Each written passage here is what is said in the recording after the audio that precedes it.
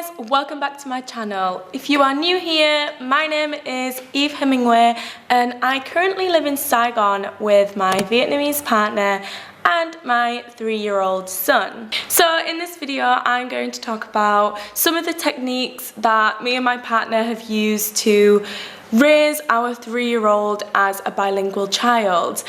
And I'm going to attempt to debunk this monolingual English speaking idea that children fall behind when learning 2 languages at the same time.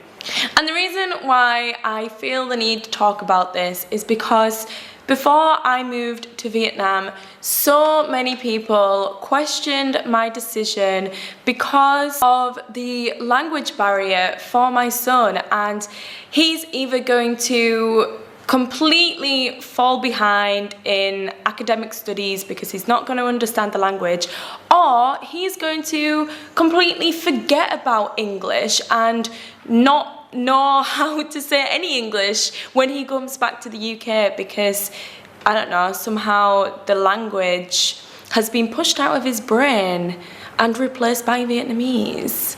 But yeah, I hope I can ease your mind a little bit if you are thinking of bringing up your children bilingual. Sorry for that long intro, let's get into the video.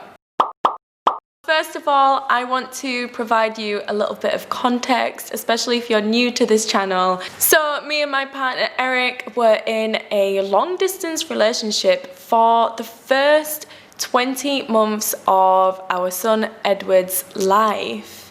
And that is because Eric had to complete his studies in California whilst me and Edward still lived in the UK. Then, once Eric completed his studies, we decided to move here to Vietnam. So prior to this, Edward had very little exposure to the Vietnamese language. So although Edward has been exposed to more English in his lifetime than Vietnamese, I would say he is definitely at the level in both languages that he should be for his age. Okay, so let's get on to the methods that we use. So there is actually quite a few methods for teaching your child 2 languages at the same time. They're all pretty self-explanatory, so I will just list them, but I'll also link a few articles and videos if you want to look into them more in depth. So some methods that you can use are minority language at home, 1 person, 1 language, time and place, mixed language policy, and 2 parents, 2 languages. So there's nothing wrong with incorporating a mixture of all of these methods, but the method that we mainly use with Edward is the 1 person, 1 language method. So we currently live with my partner's parents who only speak Vietnamese to Edward, and then me and Eric both speak to him in English. Sometimes Eric will speak to Edward in Vietnamese if his parents are there, but if you saw my previous video of Eric asking Edward questions in Vietnamese and me asking questions in English, Edward would sometimes respond to Eric in English because this is the main language that Eric speaks to him in. And with me, if you don't know, I'm trying to learn Vietnamese and I will try and talk to Edward in Vietnamese. He knows what I'm saying, but he still chooses to reply to me in English. Okay, now let's talk about the brain development of bilingual children. So I saw a video that said by the time children are 3 years old, they notice just by watching facial expressions and listening for verbal patterns, they are able to figure out which language to use. And I can definitely confirm this through Edward. So I'll give an example of when we went back to the UK earlier this year, when Edward was just under 3 years old. So this was the first time in over a year that we'd been back to the UK. So the first time that Edward was fully exposed to the wonderful Yorkshire accent of my parents. So when we were there for the first few days, I did find that I had to translate a lot of what Edward was saying back into English so that my parents understood, because obviously they don't speak Vietnamese, they speak English. So by the end of the trip, Edward knew to only speak to my parents in English because he realized that this is the language that they speak. And he definitely picked up on my dad's thick Yorkshire accent whilst we were there. I do like to think that mine's a little bit more subtle. Something that I've also found that he's been doing recently is if he doesn't know a word in one of the languages, he will do actions with his hands, or he will try and draw a picture of what he means. I don't know if this is just what all children do, because I've never had a child before Edward. But yeah, I definitely think that has loads of benefits to it, because he's able to express himself through hand gestures or through drawing. He knows in his brain what he means, he can't think of the word to use. But instead of just moving past it or giving up, he tries his best to describe what he means. Okay, now let's talk about the myth of people thinking that learning two languages at the same time is going to make them fall behind academically. So honestly, I can understand where this myth comes from, because back in the day, people thought that brain had limited space. So if you were to learn two languages at the same time, one language would get pushed out of your brain and replaced with this other. And that is what a lot of people told me before I moved here.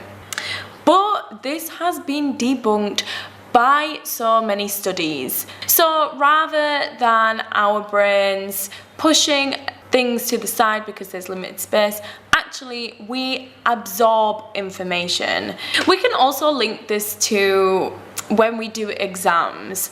So usually when you're in high school, or even when you go to university, you have a bunch of exams, and we have so many things that we need to revise for. Actually, maybe some of us wait till last minute and we try to remember everything and remember what to write in our exam. And then, like, how many times have people said that once the exam is over, they've just completely forgotten everything? But if we compare that to actually learning it throughout the year, rather than relying on memory, we will know the answer rather than trying to remember the answer, if that makes sense. And children are especially good at absorbing information instead of just trying to remember certain grammar rules or vocabulary, like I am when learning Vietnamese. So I should mention as well that there are studies that do show some minor delays in the early stages of either one or both languages. And honestly, yeah, when we first moved here, I was worried about Edward a little bit with the language. So he went to a Vietnamese nursery when we first came here, and yeah, the nursery staff said that he didn't really speak much.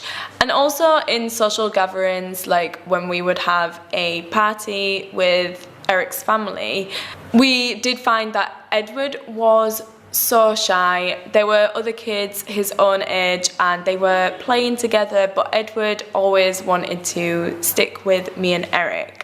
Still, when he was 2, he knew to talk to me and Eric in English, and he knew to talk to Eric's parents in Vietnamese. So this backs up the previous study, because before he was 3 years old, he just knew to talk to the people that he spoke to on a regular basis. He knew which language to use, but he didn't know which language to use with new people, because maybe he couldn't pick up on those facial expressions or listening for verbal patterns.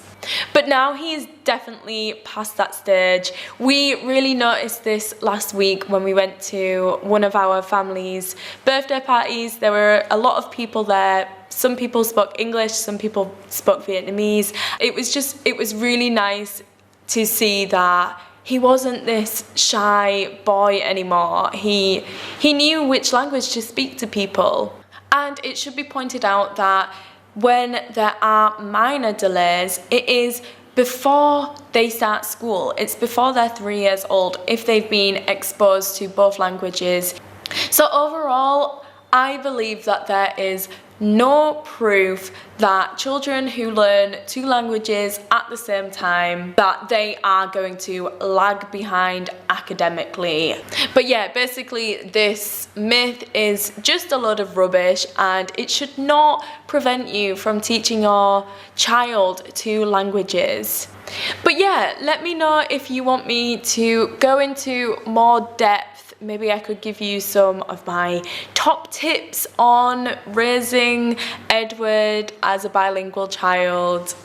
And also let me know what you think of this myth. Have you heard people say it? Has it prevented you from teaching your child 2 languages? Also, if you've raised a bilingual child, let me know if you have any tips or advice. But yeah, if you enjoyed this video, don't forget to give it a thumbs up. Subscribe if you haven't already. And yeah, I hope to see you in the next one.